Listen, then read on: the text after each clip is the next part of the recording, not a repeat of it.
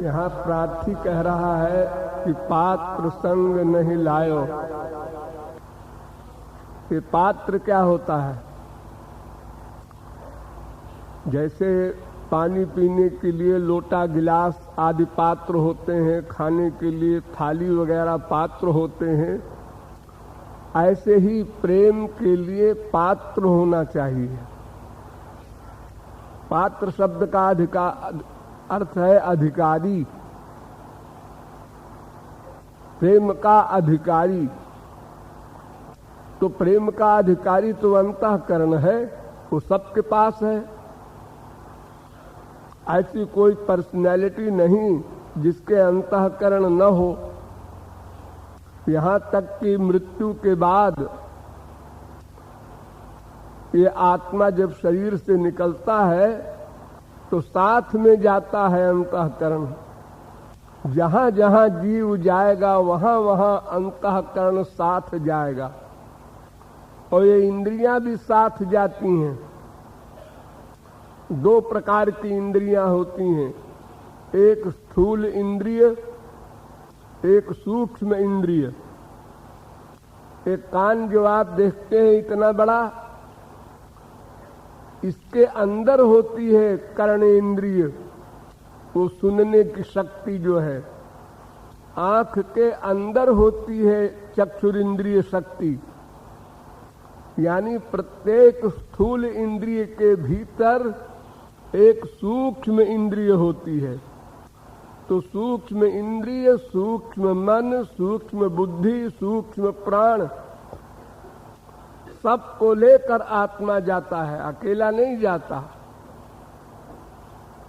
तो अंतःकरण सबके पास है। फिर ऐसा क्यों कहा जा रहा है कि पात्र संग नहीं लायो? प्रेम तो अंतःकरण में ही लिया जाएगा।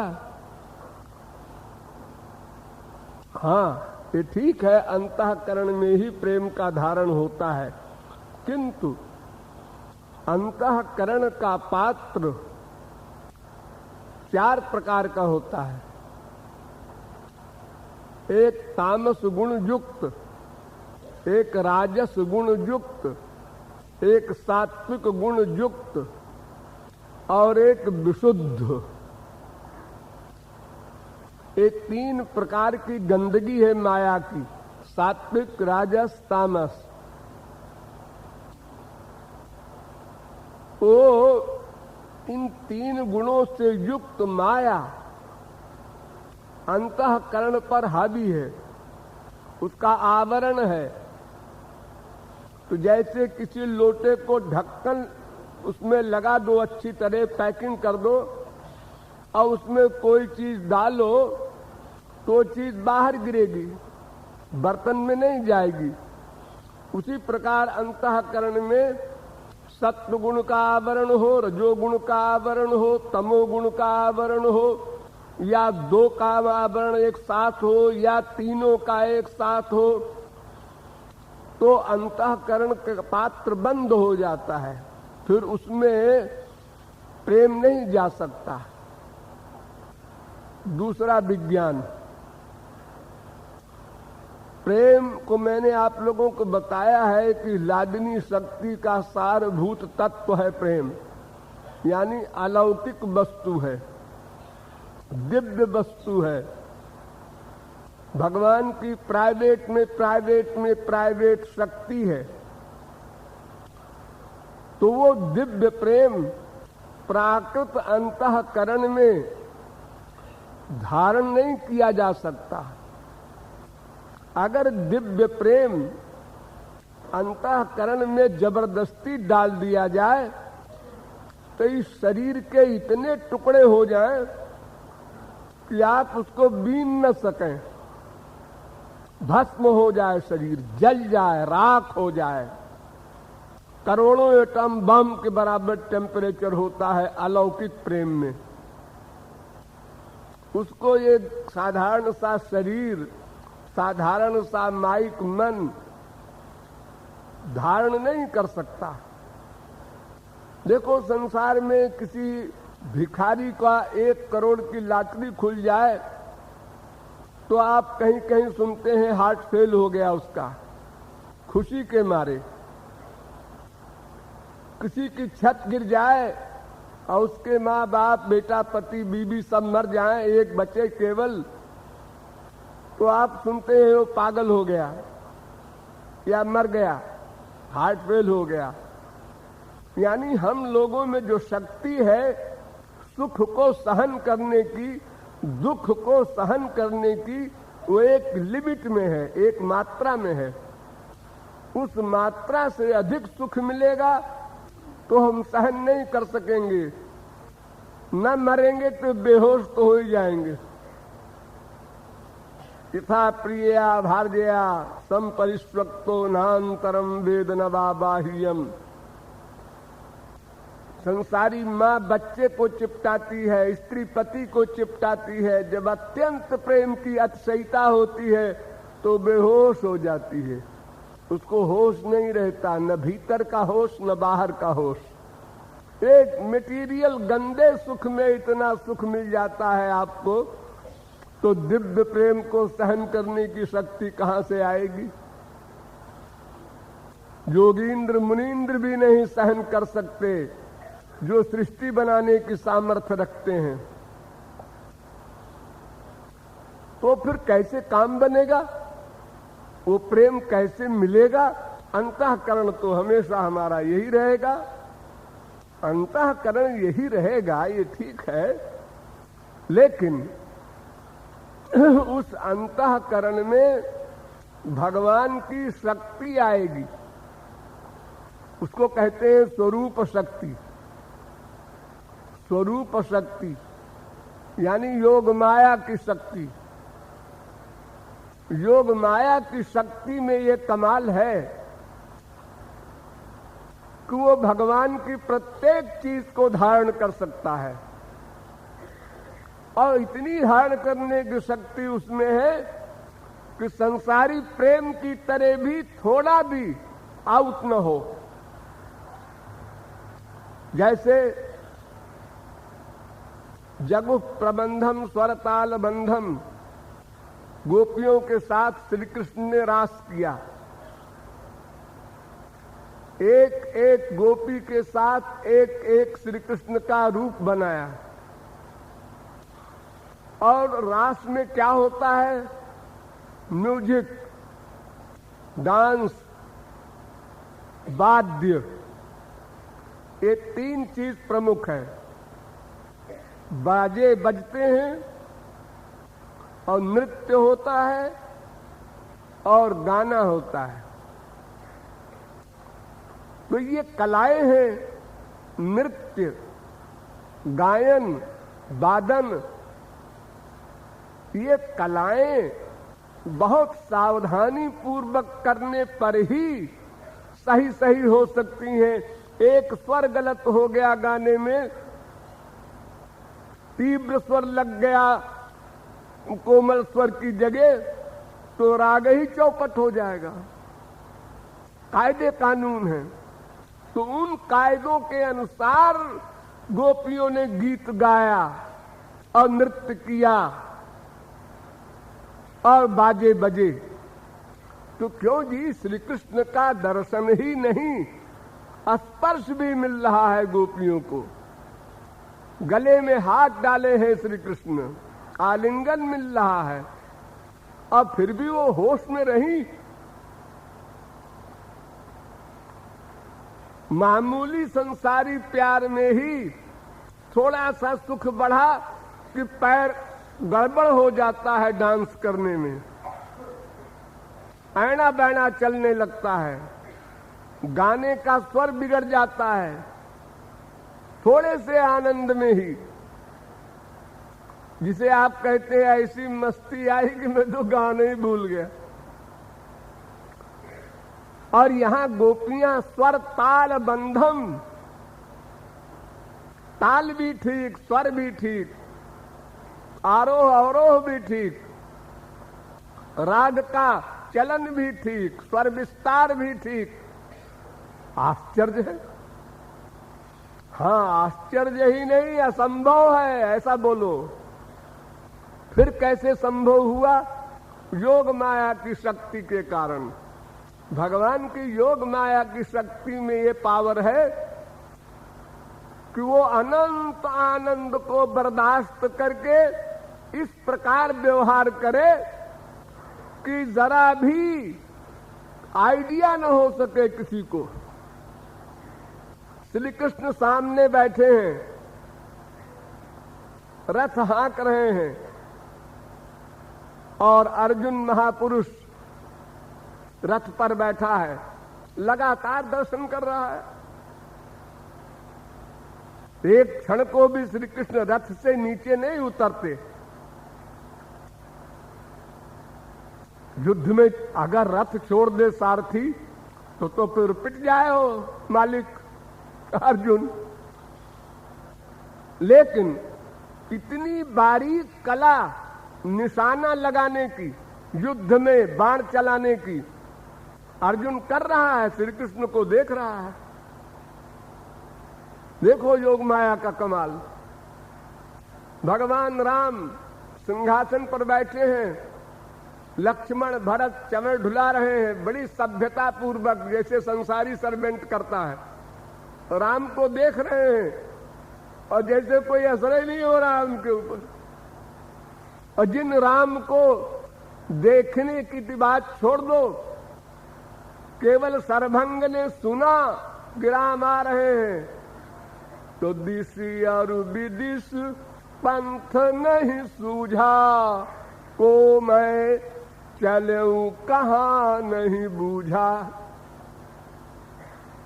समाधिस्थ हो गए, राम आ रहे हैं ये सुनकर, और यहां राम के पास बैठ करके, देख करके, उसी प्रकार स्थिति में अगर कंपन भी हो जाए थोड़ा सा, तो फिर चमर ढुलाने की सेवा खत्म हो जाएगी। तो इस प्रकार योग माया के द्वारा असंभव को संभव किया जाता है। बस इतनी सी परिभाषा जान लो। असंभव को संभव करने वाली पावर का नाम भगवान की योग माया। माया का कार्य करते हुए और योग अपनी पर्सनालिटी में रहे, इसका नाम योग माया। एक बहिरंगा माया होती है जो संसार को नचा रही है, और एक योग माया होती है, ये महापुरुषों को नचाती है, भगवान को नचाती है। नाचते सभी हैं, लेकिन अंतर है। तो योग माया की शक्ति है स्वरूप शक्ति। वो शक्ति अगर किसी प्रकार मिल जाए अंतःकरण को, इंद्रियों को, तो फिर वे भगवान को धारण कर लेंगे, पात्र बन गया। कैसे मिलेगा वो? ये सब उपाय आप लोगों को बताया जाएगा यहाँ आगे चल करके। तो जगत गुरु जी महाराज बोलेंगे, समझाएंगे, तब तक धैर्य रखिए।